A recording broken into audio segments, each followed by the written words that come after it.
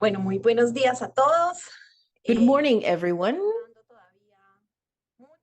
Many of you are still entering the meeting. Welcome to today's webinar, Coordination at a Multi-Level to Foster Climate Action in the Cities. This is our first webinar for the year and the first webinar for the series Cities from Latin America and the Caribbean after COP28, after the motors of climate action. I am very pleased to open this space today and exchange of knowledge on how to promote coordination between the different government levels and stakeholders to strengthen climate action in our cities.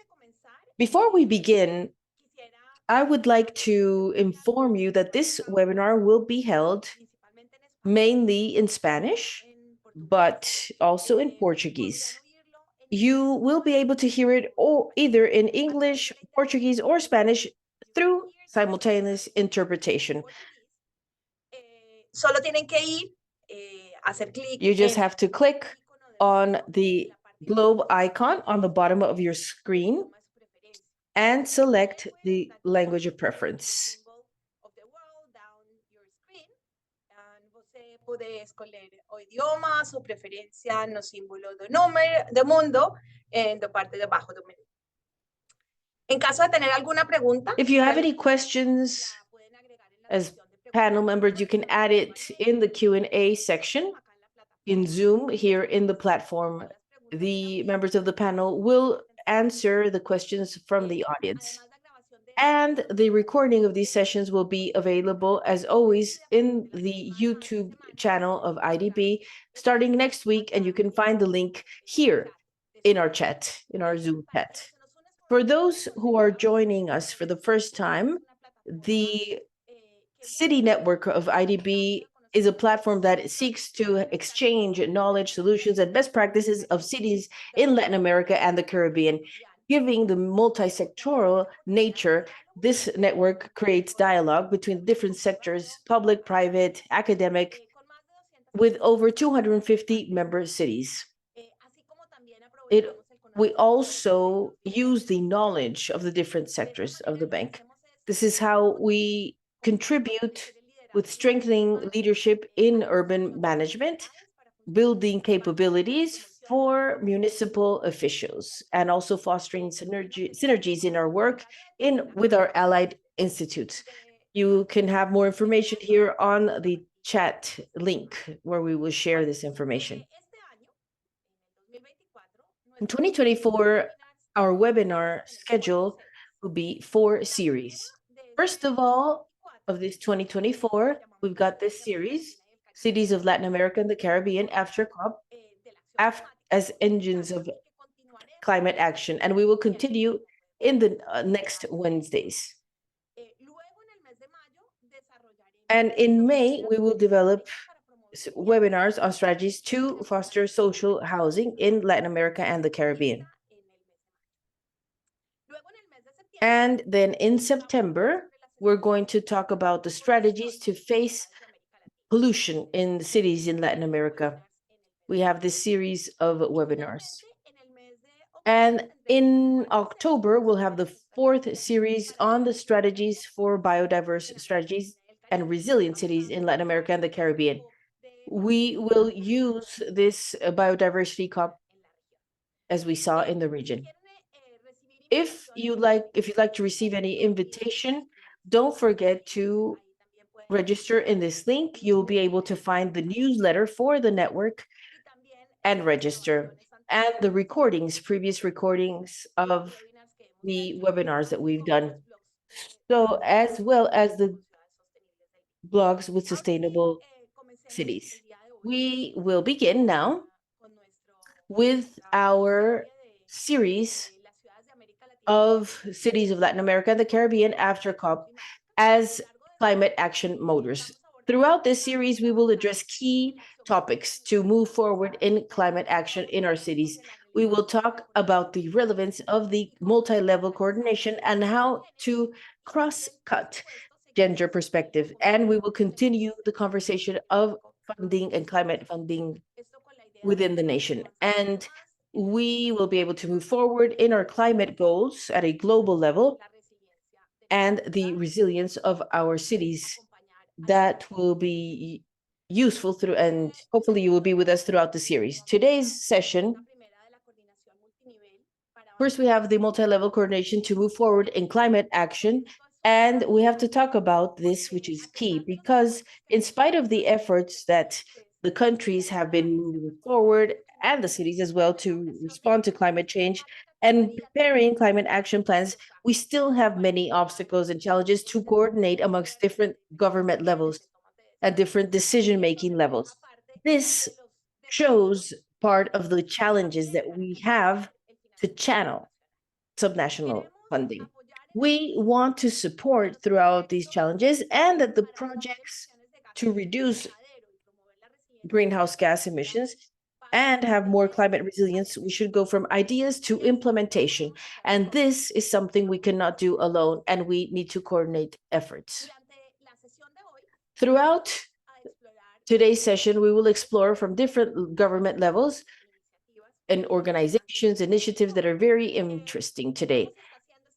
We will see how we are doing this coordination, what type of things we're doing. So today we will link our panel as it's divided in two parts.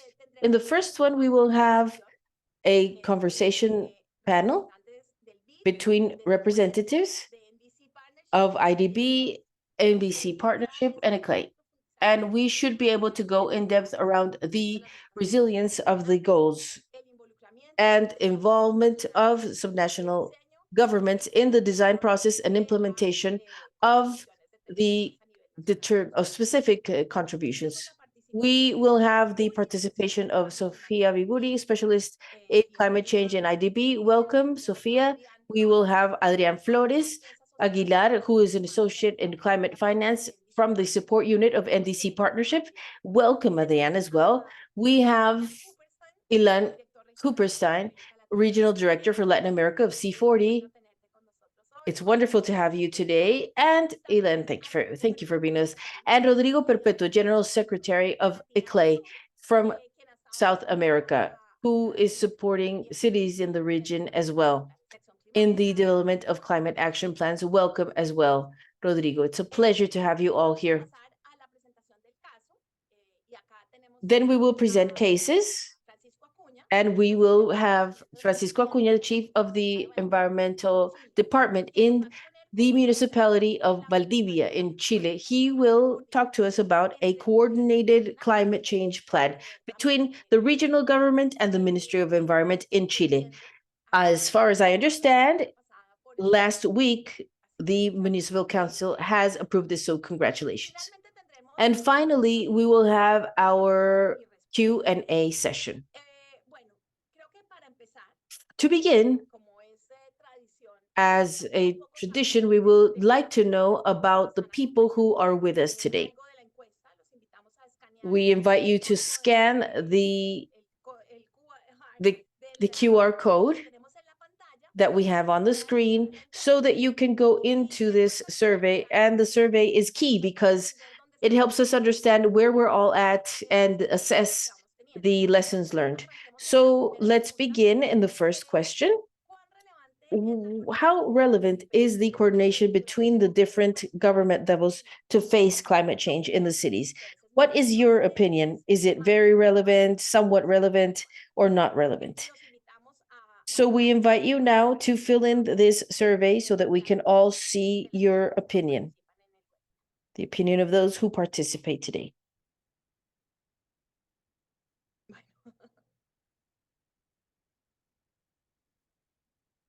Bueno, dice que no tenemos opiniones correctas, pero claramente we don't have correct opinions, but clearly I think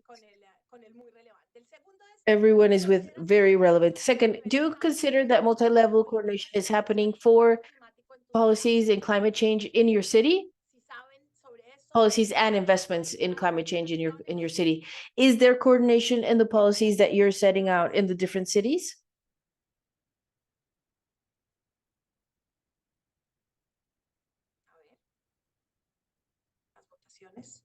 Let's see the votes.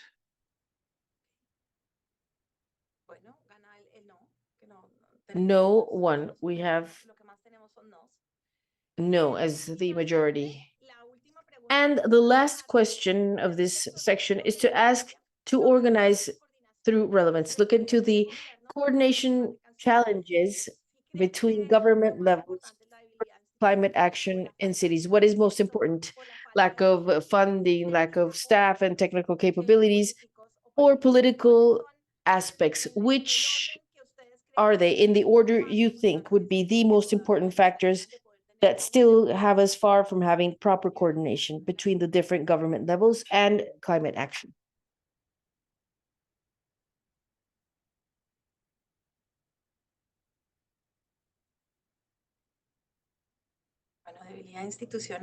Institutional weakness,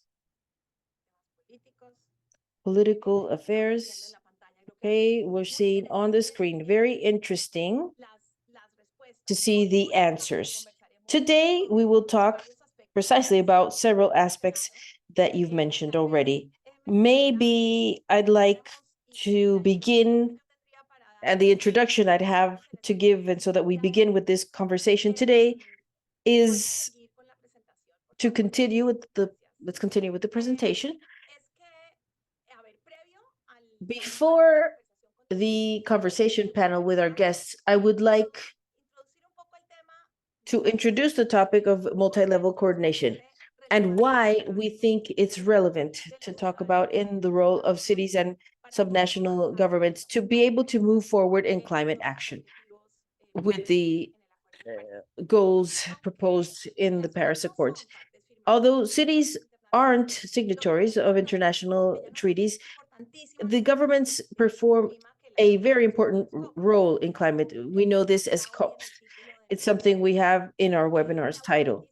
The good news is that more and more do we have initiatives that formalize this role. They're protagonist leaders and participate more and more. And we have cities participate more and more in this. And this is a tremendous opportunity for our cities. And just to summarize the topic, we can see that the national governments have been involved in climate discussions from the beginning, from the from the Earth Summit, where we had local governments and municipal authorities at the time.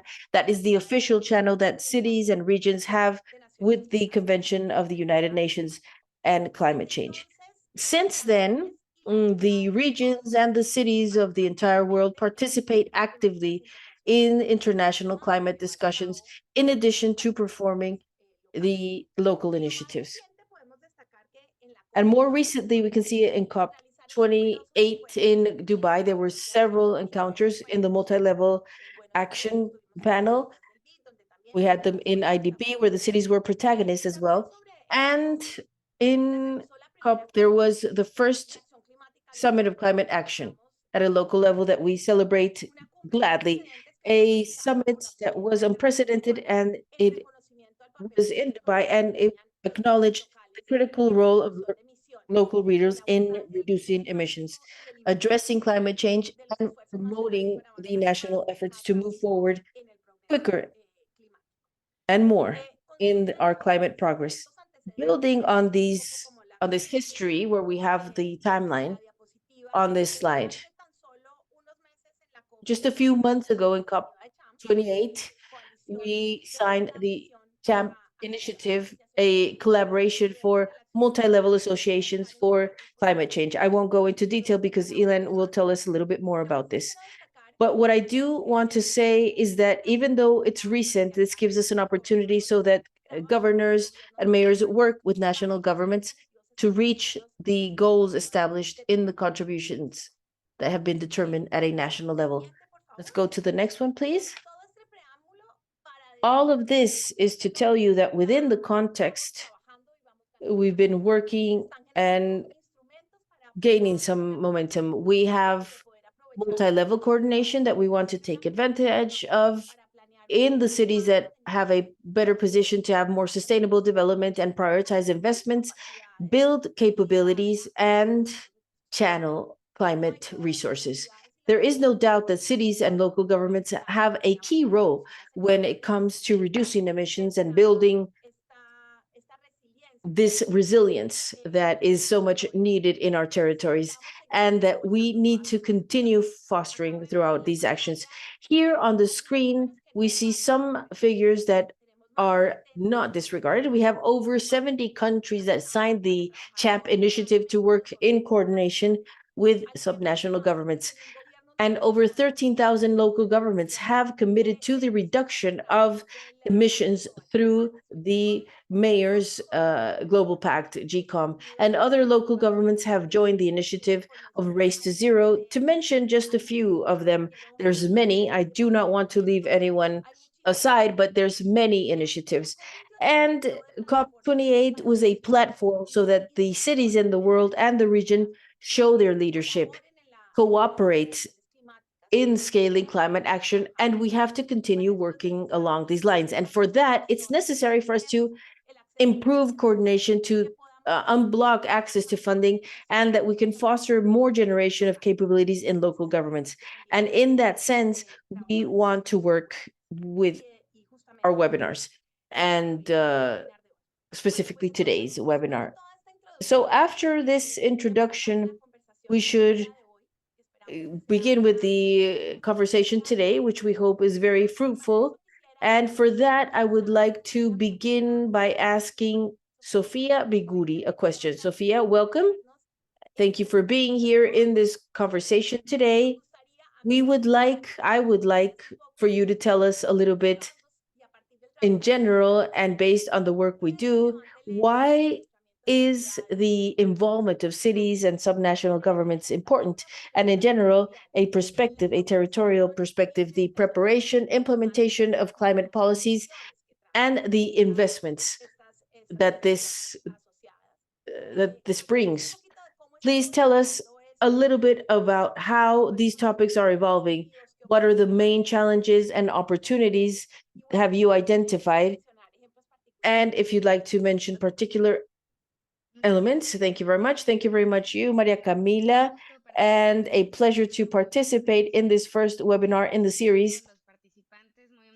I would like to salute all of the participants. Very excited to work with all the governments of cities and other organizations, and the excellent panelists that are with us today. And I love that when we look into this first webinar, this topic of climate change, here in IDB, we're just approving a new institutional strategy that is setting climate action at the core of tackling poverty, inequality, and unsustainable development in the region. This is very relevant for our work in IDB. From here on, we have been working on climate change, but now we're doubling efforts. And to put you a little bit into context, in IDB, I have been supporting since last year the alignment of all of our loans with the goals of the Paris Accord. The Paris Accord acknowledges subnational governments and the significance they have to reach the goals of decarbonization and resilience. But in addition to this, we have all the COPs that have said that they acknowledge more. We have, for example, in Glasgow, we talked specifically about the fact that we cannot advance in adaptation without the coordination with cities. And I bring this topic to the table because we have to organize each operation and how it's connected with decarbonization and resilience, because that's where it's evident, increasingly evident, that for both goals, we need not only coordination, but I would say in many cases, leadership of subnational governments, because landing these contributions into specific actions and more detailed requires a territorial perspective. Everybody knows here in this webinar that the competence on use of land, quality, air quality, and experience of coordination and governance, for example, metropolitan governance, that leaves us so many lessons learned to tackle several of the problems or challenges that are most important for the goals of the Paris Accord. So I wanted to give you two examples when we see our operations, which is acting on the coast, and we are thinking of being resilient when we see the rise of sea level or hurricanes. So it's key for us to be able to declare that an operation is properly aligned and that it is properly settled in comprehensive plans with a long-term vision. Many times when we see a national adaptation plan, we see general objectives that are a very good compass, but in reality, to understand, am I tackling the actual priorities, territory, etc.? Am I detonating the adaptation actions that will take us to that 2050 that's resilience and decarbonized? What we need to make sure of is that any solution that we might be deploying, whether it be a maritime barrier, new passages around the coast with solutions based on nature, they should be well settled in local knowledge and in planning instruments, because they are the ones that last in time. For example, in those construction codes that will make sure that our intervention will be in the long term, and that anchor as well. And that anchor. So something that we are very happy is to see that solutions are appropriate to the uncertainties that are happen with climate change. And those uncertainties go through understanding the specific dynamics of the territory. So we cannot remain in the air, of an abstract goal that may happen in the National Adaptation Plan, but understanding better how they transform, how the contamination flows are transformed in a coastal area, in a specific coastal area, or how we can adapt the different communities, fauna to a new solution based on nature. So all of these just to say that bringing to the ground the Paris Agreement is a work that is very complex, and the perspective, the local perspective, is crucial for adaptation and for mitigation also. The other example that I wanted to give you now, for this goal of decarbonization, we see two of the most difficult sectors to decarbonize in the Paris Agreement with all the relevance in the cities. The buildings, of course, we have discussed this before, and we will continue to discuss them in the whenever, but also in the green chain. How do we transport goods along the region with them? Strategies that are more and more ambitious, not specifically of electrification of transport, but rather a good integration of the use of soil and good prioritization of the vehicles that have a high occupation in order to try to reduce the distances.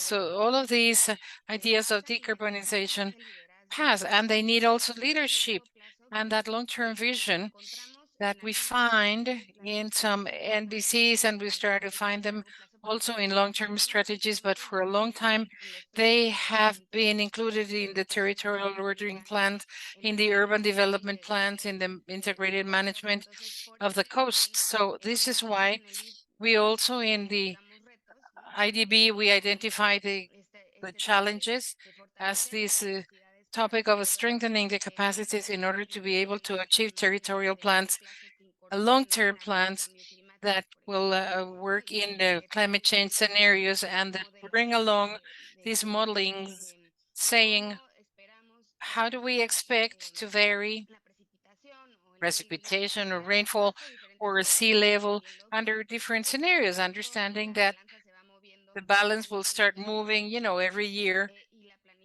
and the planning, the most appropriate planning to do that. So for us, a challenge that we have is to develop and install these capacities in order to be able to incorporate these scenarios to the local perspective. And also the transactional cost that this multi-sectorial coordination implies required by these long-term plans, thinking about the decarbonization and long-term resilience. So the coordination, the vertical coordination here is very important. And this is something that we are supporting more and more each time. And now to close in this context, I want to say that at the bank, we are doing technical cooperation to provide support to this new wave of NBCs, the third generation, thinking especially on the crucial role they play so we can deal with the concretion of the NBCs in real life. But we're also supporting all the long-term strategies, which are optional instruments, but that are also recommended and the Frame Convention of the United Nations for Climate Change.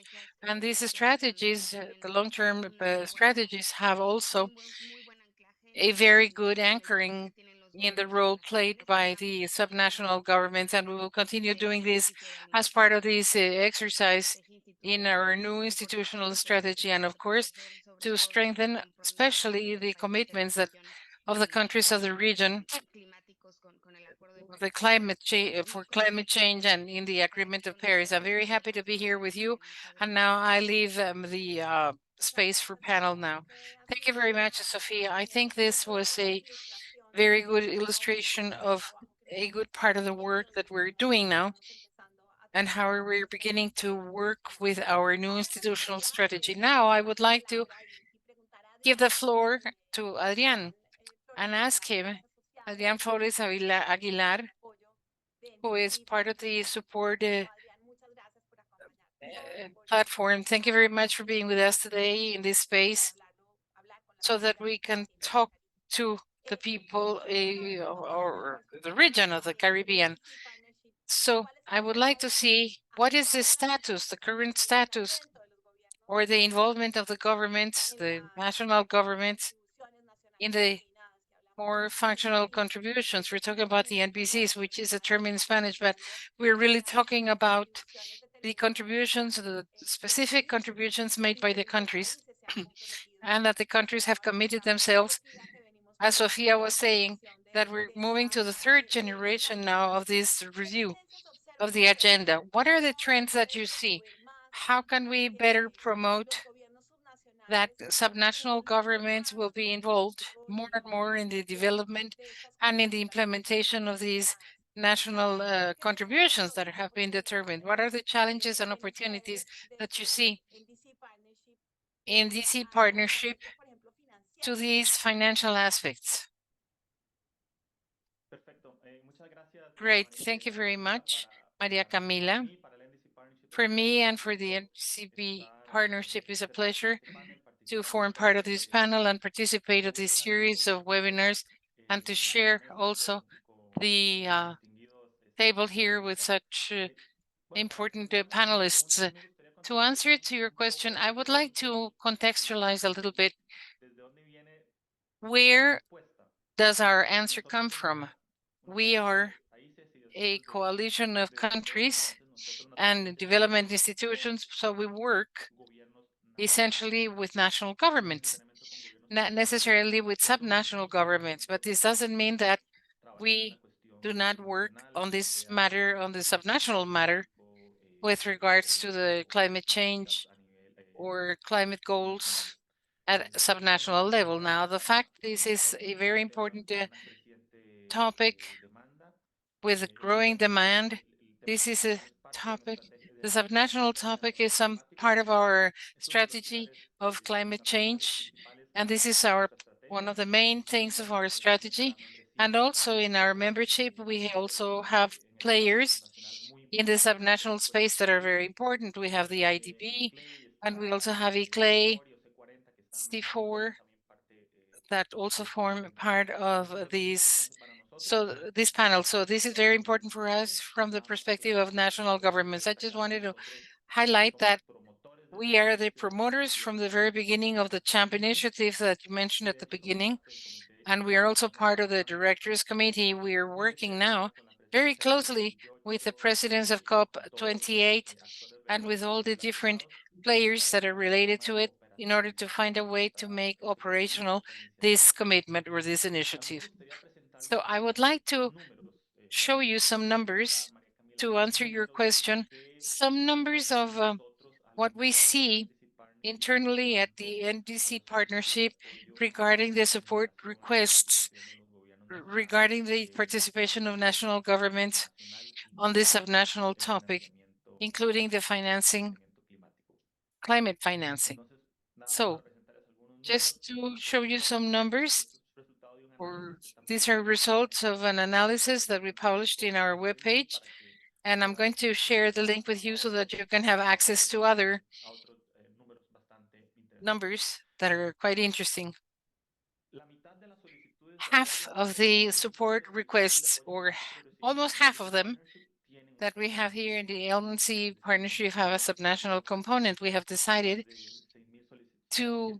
we have received more than 6,000 support requests, and half of them have a subnational component. This is not a small number.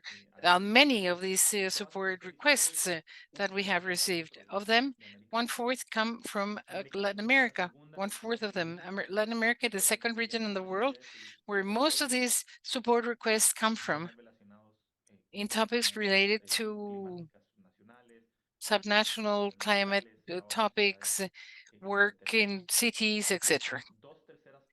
As a matter of fact, 2/3 of all the countries of Latin America, members of the NFC partnership, which are almost all, have made a request on this respect. So this is something that is very relevant, that the countries have this topic on the radar and they want to work on that topic, and they are looking for support. And I'm very happy to have a presentation in Chile. Chile is a country that is very active on this matter, and they made a request to our climate call for the expansion of the MBC, and they have a subnational component of all the requests that we have received.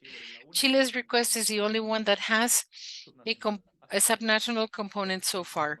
Other countries like Dominican Republic and Peru also have some kind of volume, large volume of support requests in this matter. So what is all this support about? In general terms, there is a big appetite or a lot of support requests for technical assistance or off-stream support to create institutional capacities, and also for transversalization of the subnational component or the subnational matters in updating or in preparing the NBCs. Of all the requests that we received, 1/3 of them are related to climate financing. This is a quite important percentage. And regarding climate financing, subnational climate financing, we have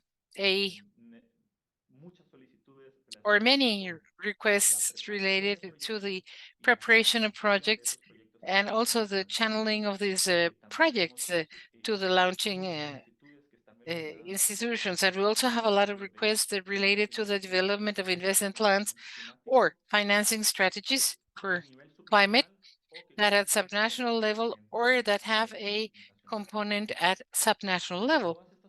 Of all these requests, we also see how about 40% of these requests that are related to the subnational management, they find a partner to give support to these requests. The percentage is a good percentage, but less than 60% that we have at a general level, if we take into consideration all the requests that are not exclusive from the subnational matter here. So the response rate is lower, but we see a growing interest from our associates to be able to work on this topic, and in the CHAMP initiative, which is a clear example of this. You were asking me about challenges on the participation of governments in the subnational plan. I'm going to talk about the findings of the discussion that we had last October with our main partners working on this matter, where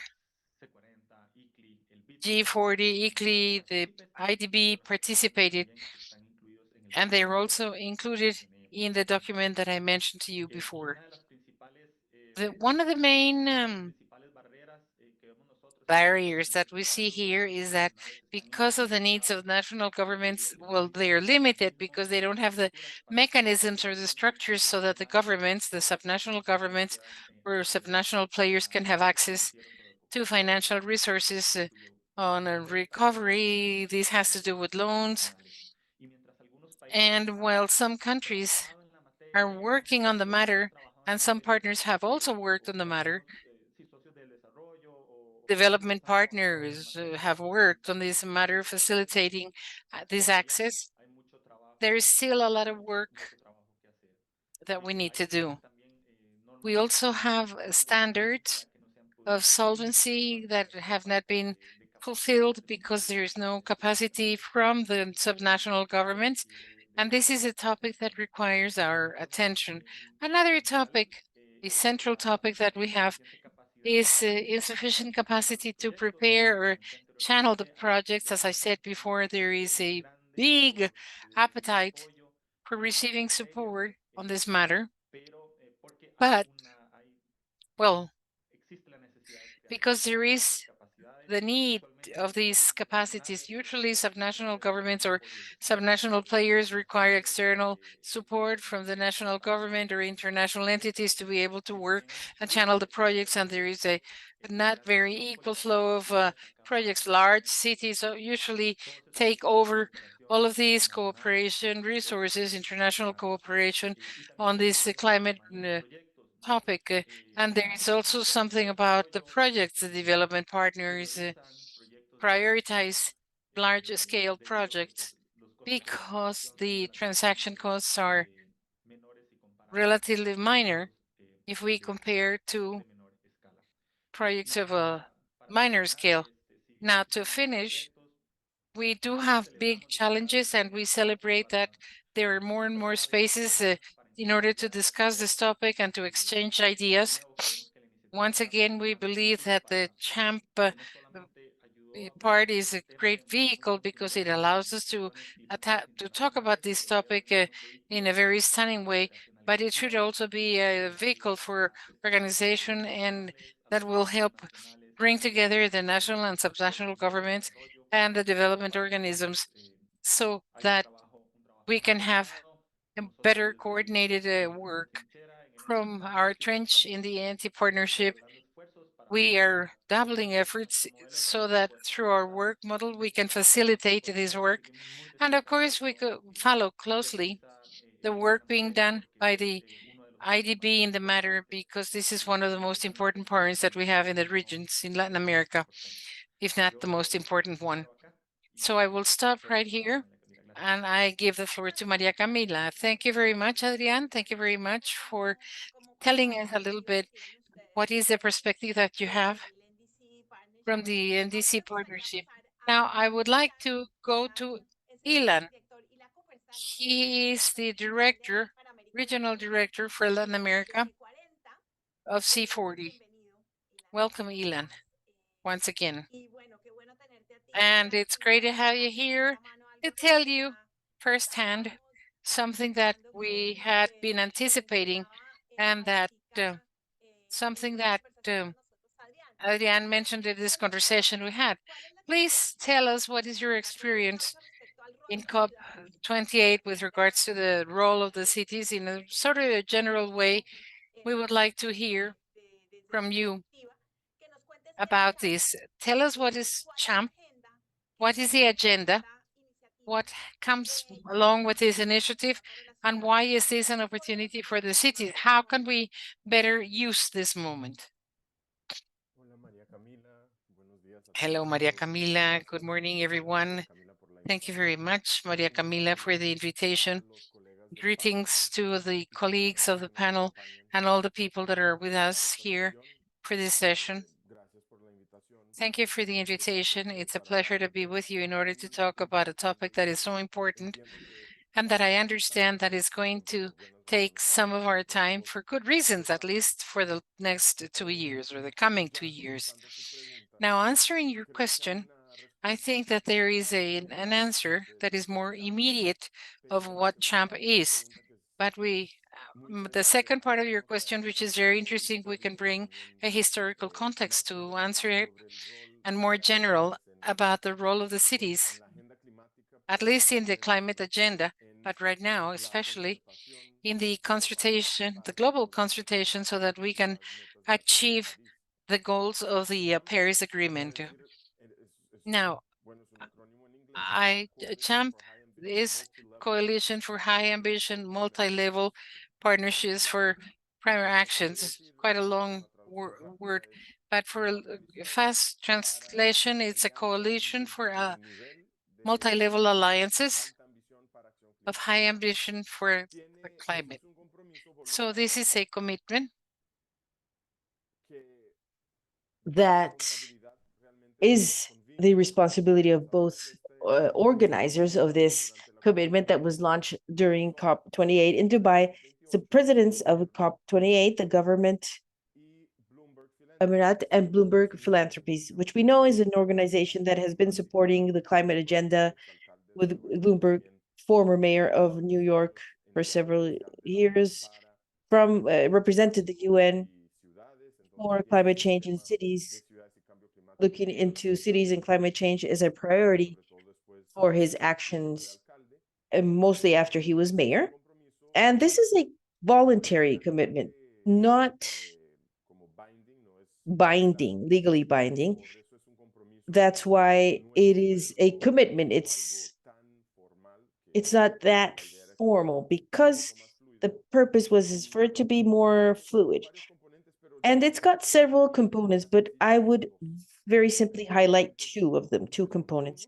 One, making sure that the new round of the NDCs that we just heard about, it is a key point in time, and mostly thinking that the Paris Accord has two large milestones or moments: 2030 for reaching half the emissions for 2030, and making sure that we are there for 2050 with a more long-term goal.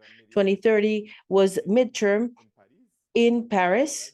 Now we have this as a tomorrow. So this round is key so that we can clearly reach 2050, of course, but it will be a very clear first run of the success of the Paris Accord.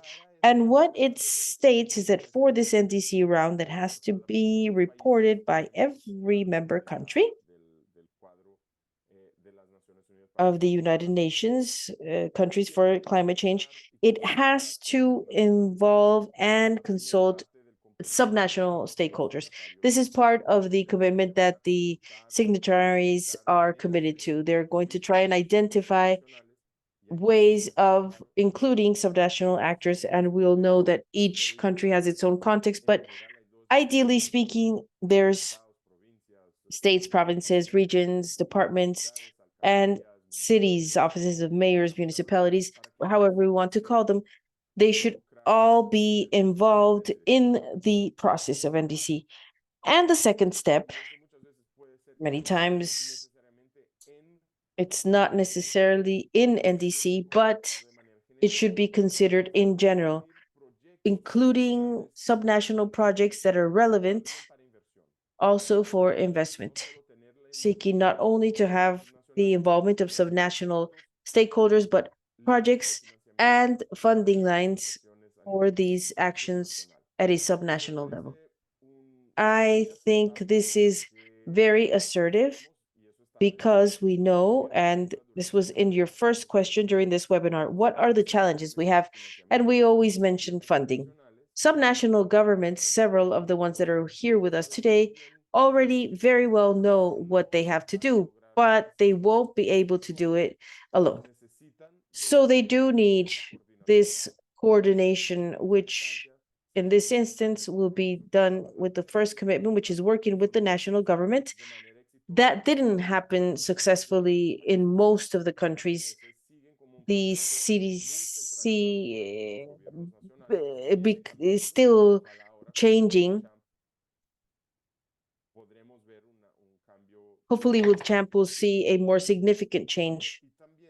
And the other point, which is for funding, so it's not only including them, but thinking of how we can fund these infrastructure projects. Cities have been funding with IDB, which is an ally. IDB joined us. There's limits for the work with national governments, and that's one of the barriers to reach the scale and speed needed for projects. But not only IDB, but almost every financial instrument at a global, regional, national level, they all have this issue of working with subnational governments. So this movement should also come from national governments, and that is key, to work with traditional stakeholders and allies as IDB. The CDCs are a huge step.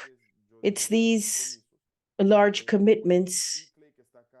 ICLIC is here with Rodrigo. We were also involved since before because COP and Bloomberg called us to help. In spite of it, it's not being about the cities. It's not the cities that are signing champs, it's national governments. And the goal is to have, or was to have, 5 signatory countries. That's the level of success that was expected before COP.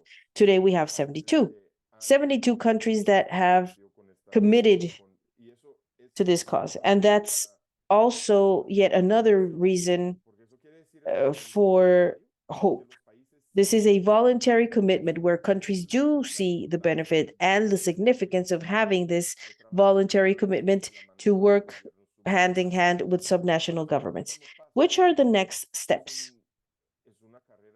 It's a fast race. COP30 is going to pass tomorrow. Not tomorrow, but before the previous year. It's very little for the level of complexity that we need. So what we're working on internally are several allies, ICLE, C40, GCOM, WRI, IDB, who's also an ally and is seeking a way of supporting this initiative.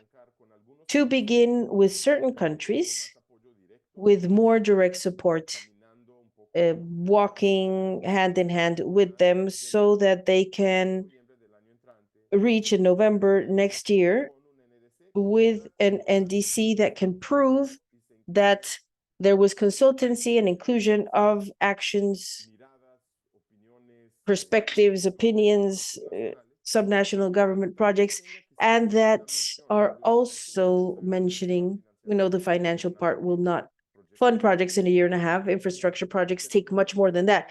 But at least the governance or the structure should be there to channel, prioritize, identify, and have a pattern of projects at a national level. That would be the success of the second portion of the commitment of CHEP. So it is a short race. Countries are beginning. We're in contact with some. This contact happens mostly through Bloomberg and the presidents of COP28. These are the 2 organizers of CHEP. And all of us, we're all supporting and connecting the national governments, but also, this is also a challenge. How do we do this? I'm in Brazil. It's over 5,500 municipalities that we have in Brazil.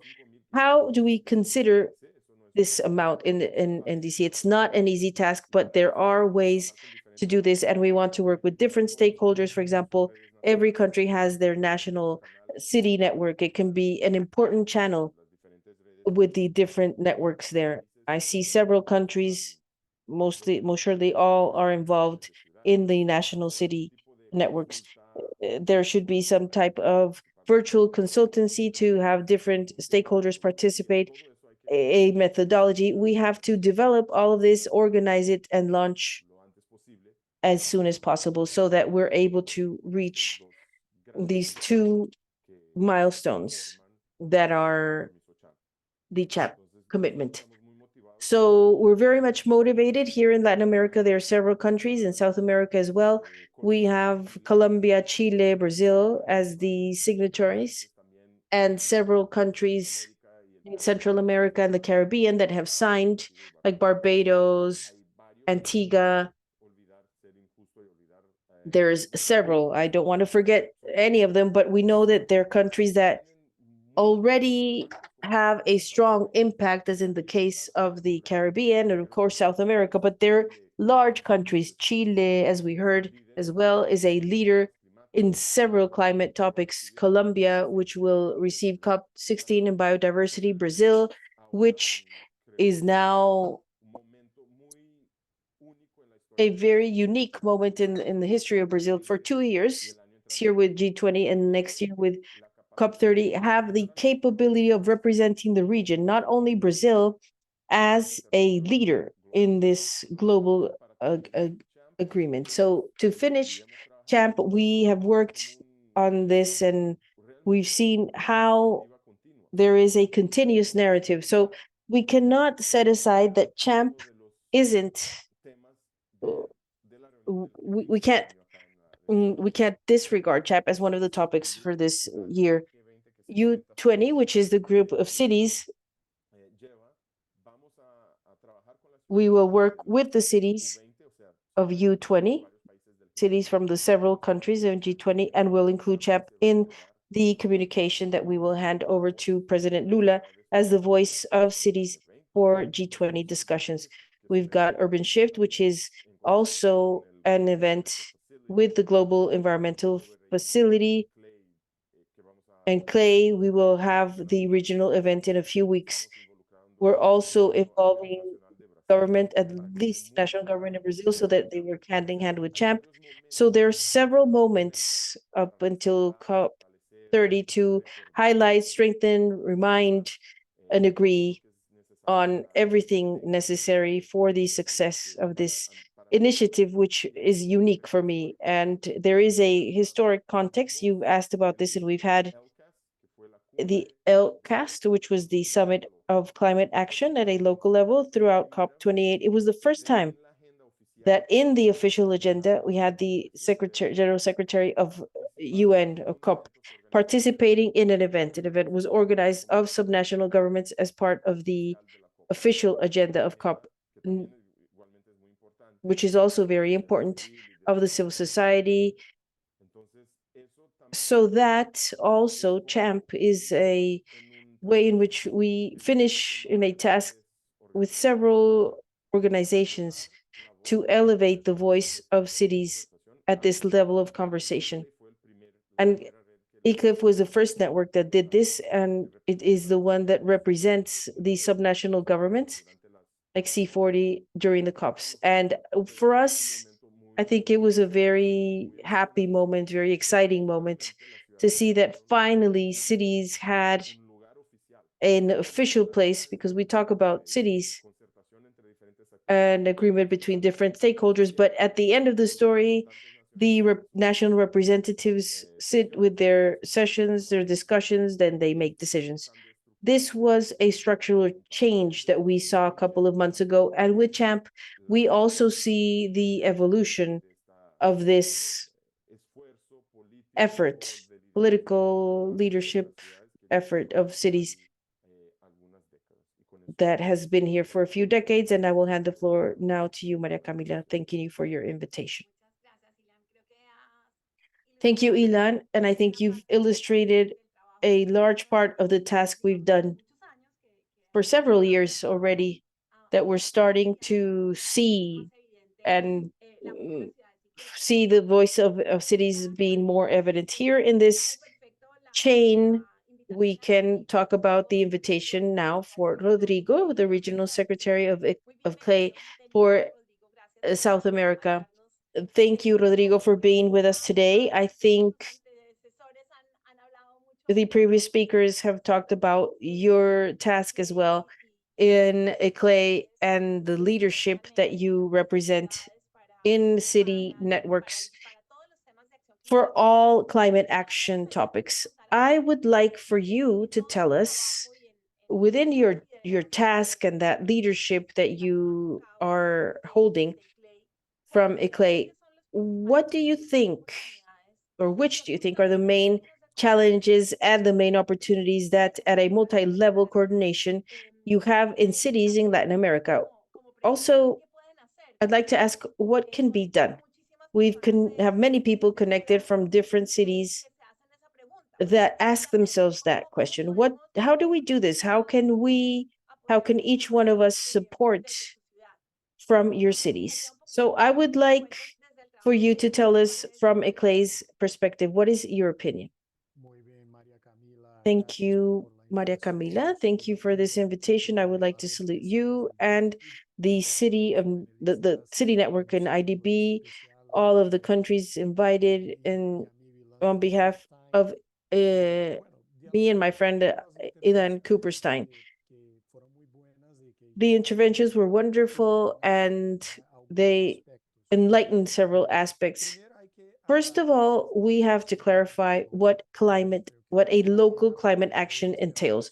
I think that's worth clarifying so that we're a group with 222 people in the field, but it's good to just spend a minute for that. Iclay works with this concept of climate conformity. It starts with the specific commitment of the mayor, the authorities of the city, and climate action. It passes through different forecasts, inventory of greenhouse gases, risk analysis. It goes to the vocal climate action plan, and it goes next with probably a legislation specific to this locality. So with this vision, we're clear on these two action fields and mitigation, reduction of emissions that goes through the path of mobility and transport, of energy and waste management and land use, of course, to give you a few examples. And of course, resilience and adaptation, which involves the management of the natural assets, water management, forests, urban drainage. Everything has to do with the connectivity, ecologic connectivity, and the agroecological dynamics of this territory. To give you a few examples, what do I mean with this? To start to talk about two supplementary challenges. Some were already visible. Each one of these topics have, in the national instance, a different ministry. So it's possible to be in the same ministry with different national areas. So there is the origin of climate action and its transversal nature. Within that, there is an issue with finding at a national level an interlocutor that is unique, that can be in charge of this relationship within climate action between the cities and the national government. And that makes it very difficult to articulate and coordinate between climate action at a local level and climate action at a national level, because this is an effort that is endless. We have to do it with different ministries and at every point in time to be successful in a proper coordination. And that is a consequence of what Ilan explained. So with all the logic of the CHAP initiative that is ambitious to have an acknowledgement for the subnational instances in national contributions that have been determined in each of the signatory countries. So that would allow a more organized coordination in it that is more agile, with more impact and more efficient for climate action at a local level. So what opportunities do I believe this gives us, and what challenges as well, in terms of the multi-level relationship for cities? First, a perspective of a budgetary connection, relationship. Once the cities are acknowledged within national policy of climate action, it's necessary for this acknowledgement to be not only rhetorical and becoming and materializing in an acknowledgement in terms of resources, technical resources, and financial resources, with information in the budget of each one of the nations that sign the CHAP initiative. Que el camino, também nos apontava Ilan, el camino, também Adriano lo mencionou, es la articulación con las entidades municipalistas en cada país para concretar que este reconocimiento sea muy tangible, muy concreto y con esos resultados. Eso quizás va a requerir adaptaciones normativas al nivel nacional. Por lo tanto, esta relación debería también involucrar a los representantes parlamentarios de cada país. O sea, hay que articular también con sus diputados nacionales, con sus senadores, porque quizás toda esa movida va a necesitar una adaptación en la ley nacional que permitirá esta tangibilidad y este reconocimiento vinculativo en el presupuesto nacional.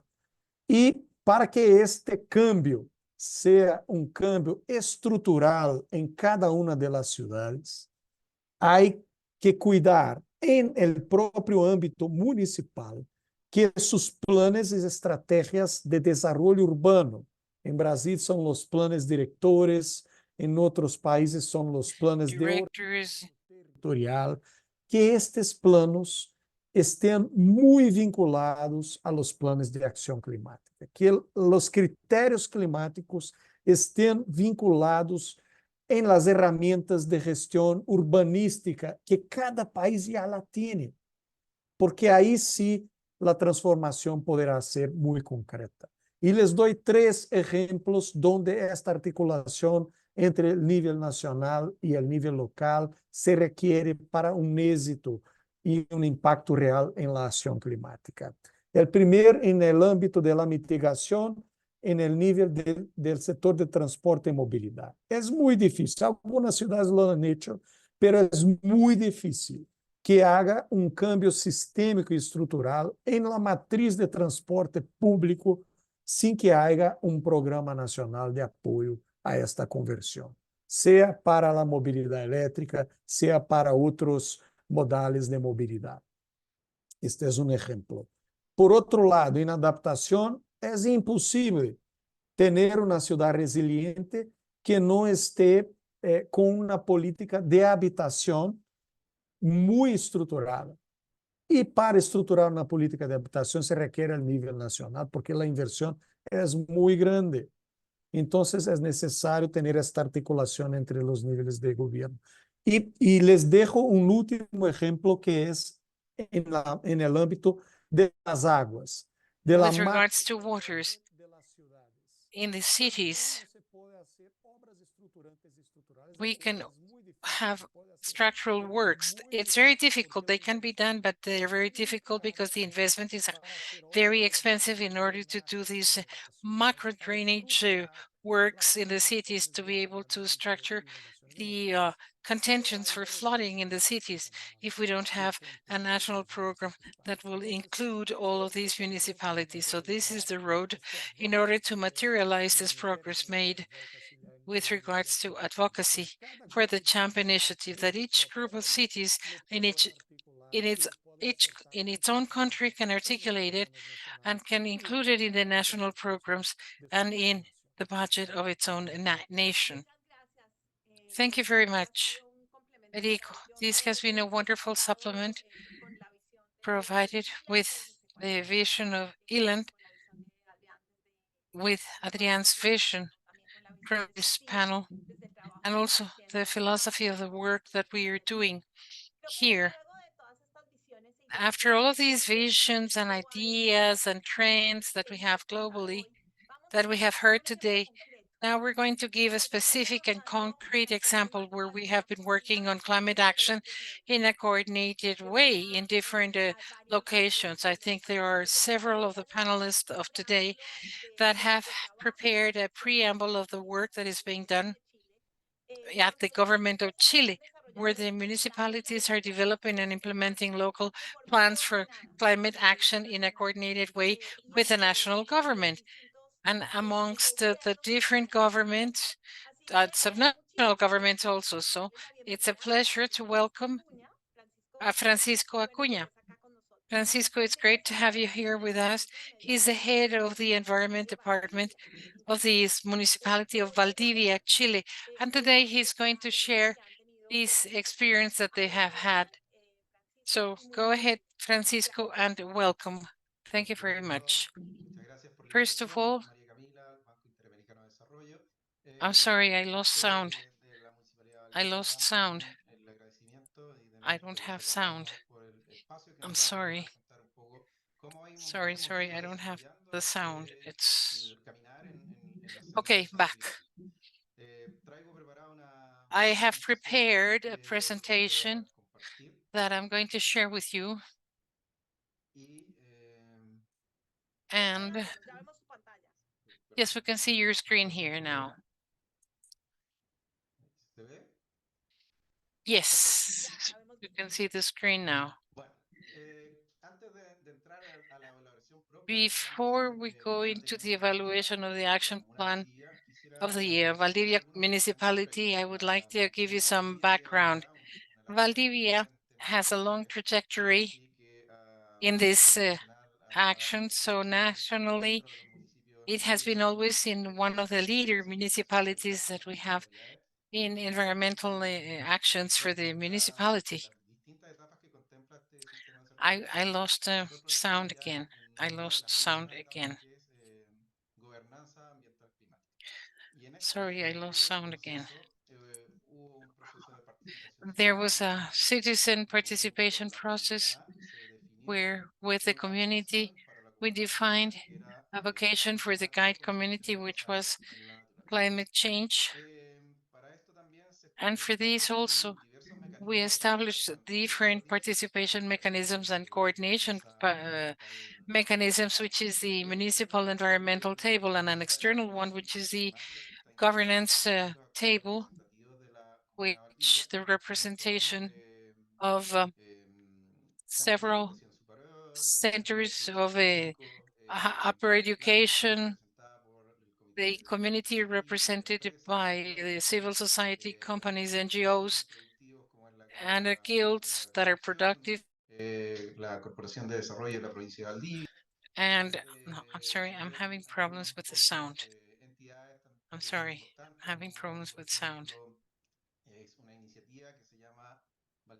Consorcio Valdivia Sustentable, que está integrado por distintos ministerios a través de sus secretarías regionales de Through administración the política en la political región. administration in the region, Transporte, está vivienda, por nombrar el we have Ministerio de Agricultura, transportation, housing, the Ministry of Public Works, the tourism office, many of the entities that and several other organizations that are working in the Valdivia commune. With this preamble, I want to tell you immediately how do we handle this plan of action. I want to give you some public thanks to the people in the municipality, because this is part of the agreement that we have here. And we also had a fund from the European Union where 6 communes or comunas in Chile are working in the community action plan here. So obviously, for this plan, we had the sustainable development developed by the United Nations, and we have the key components also here for mitigation and also for adaptation, thinking on how to reduce emissions and how to improve the resilience of the cities, respecting the characteristics of the climate as a whole. Our city is a city that we already have a carbon footprint. This is why we are using these indications, which in 2019 was a normal year.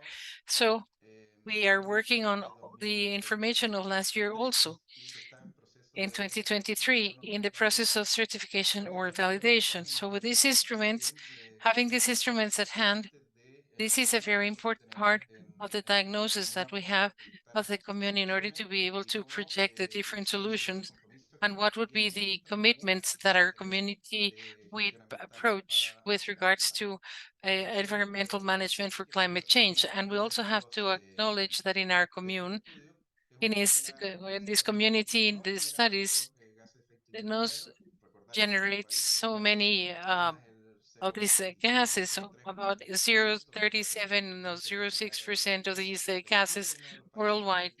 Chile is one of the countries that is struck by the climate change effect. Our community in Chile is a community that with large green areas of woods that allows low emission of these gases that allows us to have this under control. So the policy established in Chile, we have included the long-term climate strategy that was published in 2022, this law of climate change that establishes as an obligation of the municipalities that in 3 years they should create community action plans for climate change in this region also.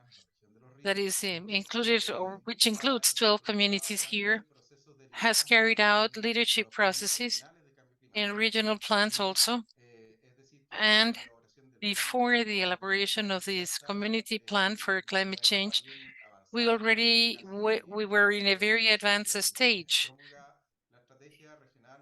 to give the regional strategy for climate change. And the municipalities in this regional plan for climate change, we had the regional communities for climate change, and it also includes the municipalities of the region. So therefore, we have there an articulation from the central part and the regional part also, and all of these municipalities and communities that we have, where we have the challenge of elaborating these community plans for climate change. In practical terms, we have an advisory team that came from the municipality Chilean association, and we have the municipal administration also, where we include several areas, or we try to integrate different areas of the municipality, the Department of the Environment, the Municipal Works, we also have the work direction, the risk management direction. Also, we have the organization of the direction of cleanliness of the city and the tourism department, the economic development, and other units that have participated as a counterpart of all of these. The work areas that this plan focused on includes water, energy, ecosystems, health, waste management, transportation, mobility, risk control, critical infrastructure. And here, the methodology of the work, and here I'm going to take a couple of seconds in order to explain how we started. We started by doing the introduction at different levels, at the community tables and also at the internal table of the GCOM, what is it, climate change. Then we went to the diagnosis with a little bit more of information in this area. Then we elaborated some proposals or workshops of analysis and synthesization, and finally the integration of different proposals provided by the citizens. Now here we show the analysis for 2019, where we see that a large part of these communities have contributed with transport, energy, agriculture, and the possibility that we have more incidents on the communities is the management of waste. Now, the registration of the participants in all of the instances that we had in order to carry out this process of collecting all of these concerns from the community, we elaborated methods that were in present, the virtual methods also, in order to be able to collect the initiatives and find out how the people in the community were trying to face this climate change. Now, we also had a representation that was quite important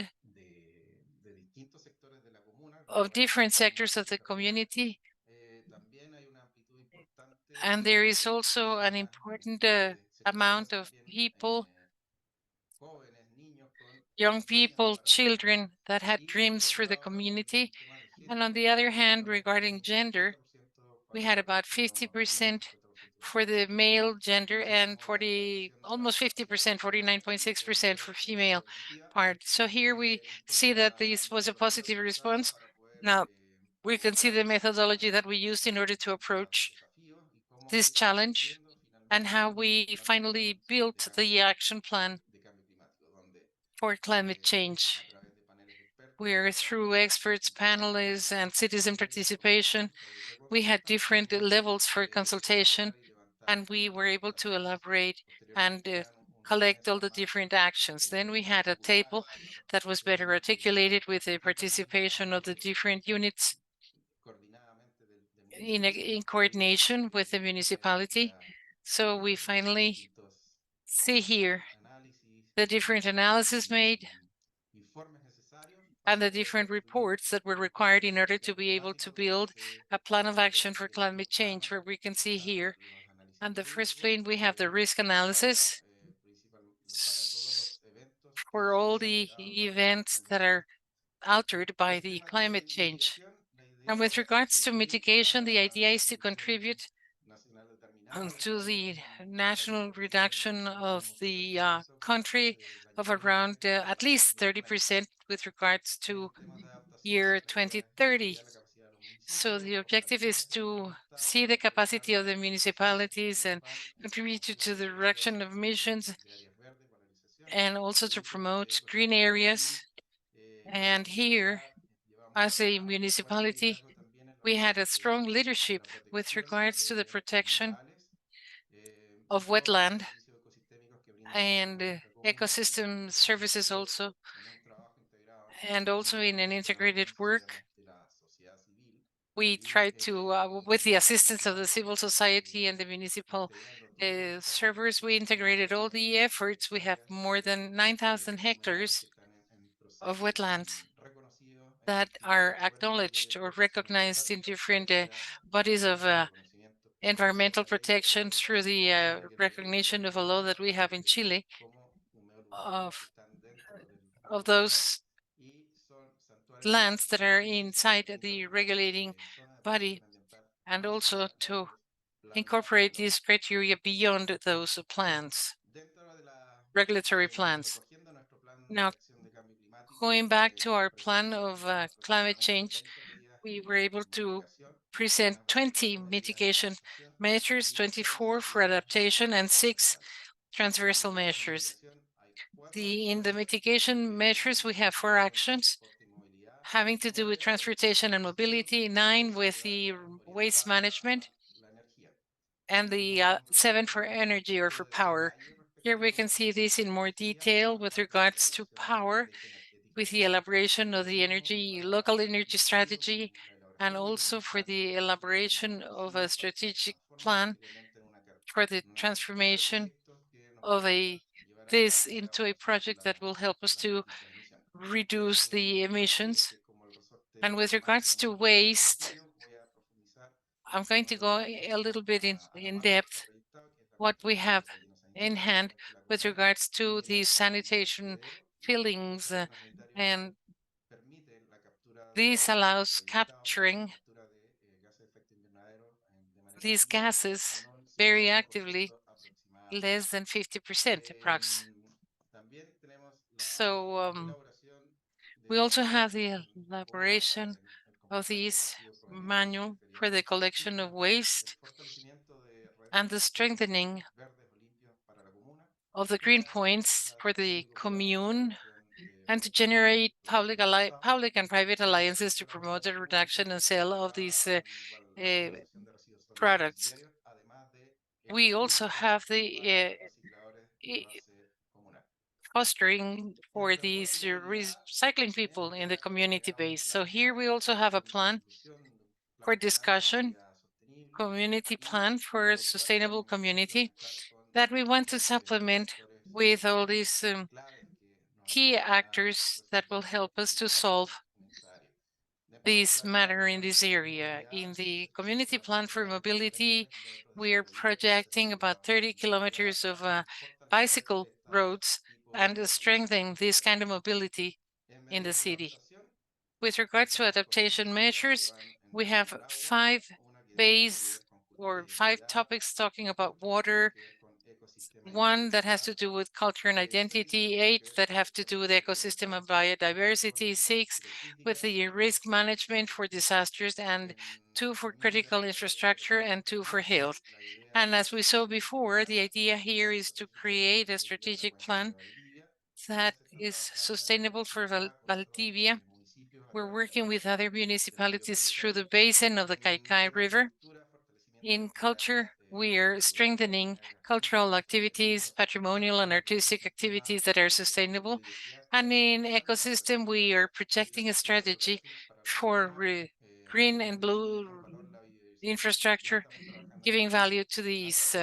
So we're working in this line through a project that is called an alternative that is trying to integrate the parks and the wetlands to form a collectivity of biodiversity in these areas that are of natural value. With regards to risk management, we already have an emergency plan. And the idea here is to be able to approach these topics with the community. For example, the early alert systems in the community base, the strengthening of the school safety plans, and the territorial borders so that they have the instruments and the tools so that they can approach any risks, especially fires of the buildings that are close to these. In critical infrastructure, we have to improve the equipment for the operation of these structures and the operation of the shelters. And with regards to health, we have to study the effects and impacts of the climate change and health of the inhabitants of the commune. So here we have another one, which is to give a position to Bolivia as a biodiversity city or a biodiverse city. We have to have an awareness tourism that is responsible and the sustainable development and the arts and crafts fishing and the strengthening a fair trade and to elaborate the implementation of a protocol of municipal acquisitions that are sustainable. So this is what I can tell you very quickly about our challenge of this plan of the climate change. And as Maria Camila was mentioning, what is important in this news, I can tell you that the council approved by unanimity the project that we have. So we now have the challenge to approach more strongly what we are carrying out. Thank you very much. And thank you very much also for giving us, for bringing us to the ground of these challenges. Several people were asking about the presentation, if they could share it with them, because they've also participated in the webinar. They would like to take a look at it more and they would like to have more information about the work that you have been carrying out in Valdivia. And I think that we don't have much time for question and answers so that we can finish on time. So I think that we can answer your questions if our panelists could in the chat help us to answer the questions. So we will now close the webinar. Thank you very much to all of you. I would like to thank very especially our panelists and thank all the people that have accompanied us today. Thank you to Sofia, Ilan, Adriana, Francisco, and Rodrigo for sharing with us all the work done from your own places and working with this leadership in order to move forward with this climate change in the cities. It was very enriching to listen what you have from COP28 and C40 and to learn how you have been involved or how has been the involvement of the NBCs in this vision of the NBC's partnerships and to get to know the process for the elaboration of the plans and the challenges that we have seen, and also the work that we have been doing and how we're working with this new strategy and why is important this approach in order to see the climate policies, in order to be able to design future policies. So it has been very nice to hear firsthand the experience of a municipality in Chile, in Valdivia, and the work done by Valdivia to have its action plan with regards to climate in coordination with the national government and the environment authorities. We hope that everything that was shared today have been of interest for other cities so that you can also learn and inspire yourselves. Having clear on promoting the multi-level coordination so that we can have a better climate action. Before I close the webinar, I would like to ask you to please answer this survey that we have, scanning this QR code that you see on the screen. And you can also share it from the chat. You can connect with the link of the chat and to be able to answer the information that we ask for there. Thank you. This is the code. You can scan the code with your phone and you can answer the questions that we have just shared in the chat. Thank you very much. I now say goodbye, thanking all of you for having been with us today. And we hope that you can join us next week at the webinar where we will talk about climate and urban resilience. Thank you very much for being with us today. Thanks to the panelists again, and thank you to all the participants. Have a nice day. Thank you.